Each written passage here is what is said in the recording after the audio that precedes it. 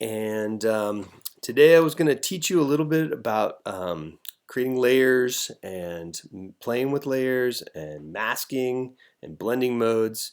And I'm going to try to keep this as short as I can, but there's a lot to cover. So first you open up your Photoshop app, and I thought this would be a good opportunity to talk to you about creating a new document for your movie poster. So first of all, you're going to find that movie posters are about 8 inches. So you're going to click to inches by, whoops,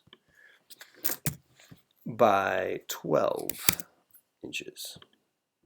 And a good resolution is about 250 to give you a nice printable thing. So we're going to hit create, and here you have your new image. And if you go to image size, you can see what size it is.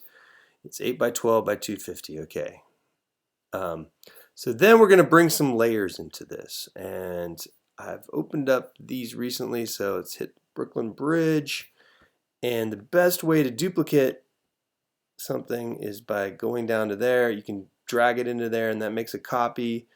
You can also right click and duplicate layer right there. So those are 2 ways to do it. Once you have this copy, you can change the name to bridge, and we're going to copy it, and that's Command C, or if you go to edit, it would be copy, Command C. And then we're going to bring it back into this one, which is our movie poster. And I'm going to change the name of this to movie poster. Okay. And we are going to bring this into that, and we're going to hit paste, or right over here. So you can either do it with Command V or paste. And then we're going to shrink it down so we can fit it on there. And I kind of like it about here. So I'm going to keep it there because it's kind of a little above the halfway point. It's a little dramatic. Let's shrink it a little bit. Okay. And when you like where it's at, we're going to click OK. And then we're going to go and get another layer over here. Cantaletto. He's a interesting painter from the Renaissance time period, and he painted these incredible scenes of Venice. So right click, you can duplicate layer, and I'm going to call this sky. Okay, cool. And then we're going to make a copy, Command C, and we're going to go back to this, and we're going to click above the bridge and Command V, paste that in. And when you're doing stuff like this, it's nice to change the opacity so you can kind of see where things are lining up in your picture. I really want this to have the buildings below, because I'm really trying to just keep the sky. I want the buildings below the bridge height, so that's good for me. And then I'm going to change it back to a little more opaque so you can see that. And then what I'm going to do is create a vector mask, and that's this button down here. And this over here on this side, that's the mask. And so if I go to my brush tool over here, and I make sure that the foreground color is black, I can erase all this stuff down here. And that will allow me to get the sky back. If my foreground color is white, it covers it up. And that's the credo in Photoshop, is that black reveals and white conceals. So I want my brush a little bigger. Go over by the P and hit that bracket to the right, and that'll make it bigger. And I'm just going to make sure my opacity is pretty deep, and I'm going to just erase all of this sky by clicking on the black and just, there it goes.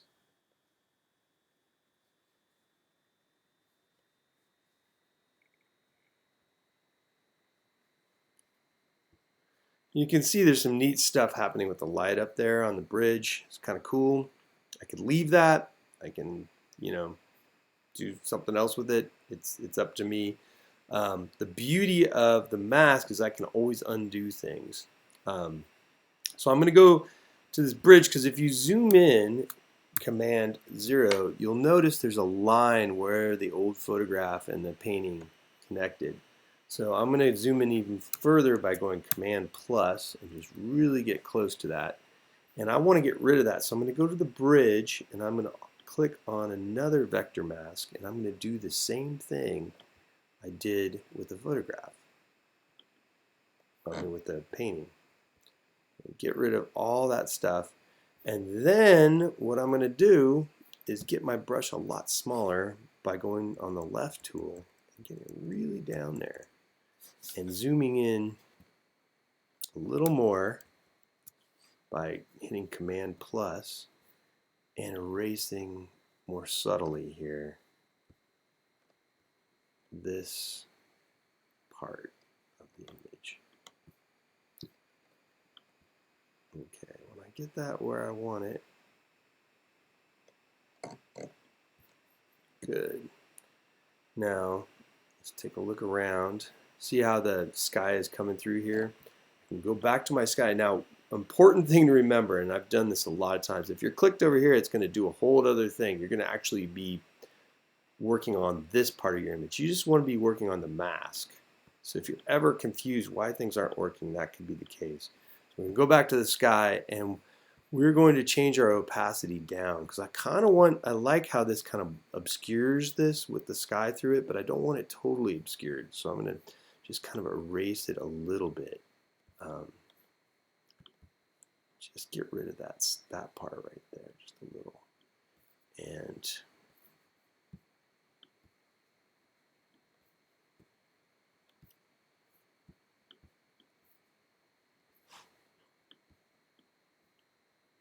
then I also want to get rid of this artifact of this building in the background. Okay, so you can see just a little more opacity on that, and I can really change that. But I like that kind of blur that's happening. And here you can see with a lot of opacity, it just really gets dark quick. And I could go with that. If I don't like it, Command Z undoes whatever I just did. So I could take my opacity down and be a little more subtle with this. And really get this bridge a little more clear.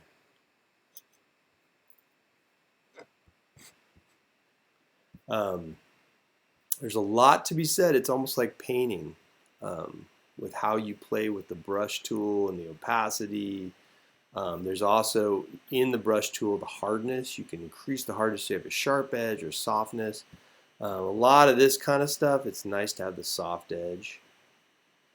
Anyway, you can dial this in. The beauty of these little things, you can go back and forth between these things and play with them. Just make sure you're on the mask when you're doing these things. Because if you're on the other one, you can really start to erase your other thing. But if you ever do something and you don't like it, just remember the undo. So Command 0 to see the whole picture of what it looks like. We got some mist and fog happening here. It looks kind of mysterious. Cool. I'm going to show you one more layer. And what I wanted to make sure is you increase the opacity so you can really see what's going on. A little bit too much. So I'm going to definitely want to erase this a little more. And it's pretty easy to do. You just kind of click and just drag your brush around where you want to get rid of that.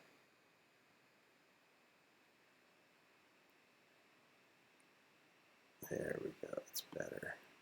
Yeah, sometimes if you have the opacity on too low, it's hard to see what you're going to end up with. And that one I like. Yeah, this is much better. Okay. Now you could zoom in and play around with this a little more. For the sake of this, I'm just going to keep it pretty straight. Okay, looks good. Fun to do. Anyway, we're going to add one more layer. And I've got this old accordion player here that I've already selected. And you can see I used the mask technique to select her. And what I'm going to do is get my move tool, and I'm going to control copy and go back over here to my movie poster, and I'm going to paste her onto there.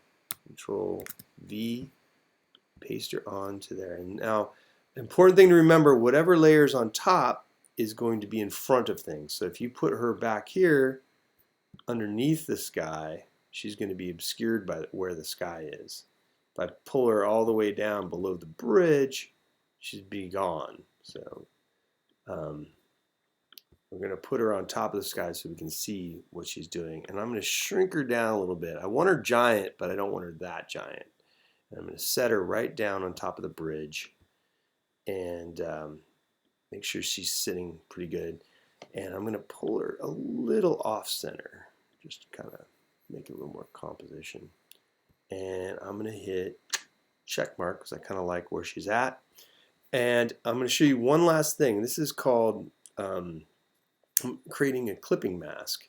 And so what you're going to do is you're going to create a new layer above this layer, right? So you have this new layer that doesn't have anything in it, and we're going to create what's called a clipping mask in that layer. And that means that this layer only affects the thing directly below it.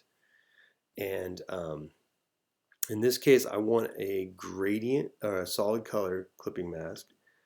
And I can pick any color in the picture. So I could pick, this color of the picture. If I want to kind of have it work with this picture, I could pick this color of the sky, or I could pick something in between, But in this case, I kind of want to increase the darks because she's kind of washed out. So I'm going to pick a color like that and just kind of maybe inch it towards a little warmer.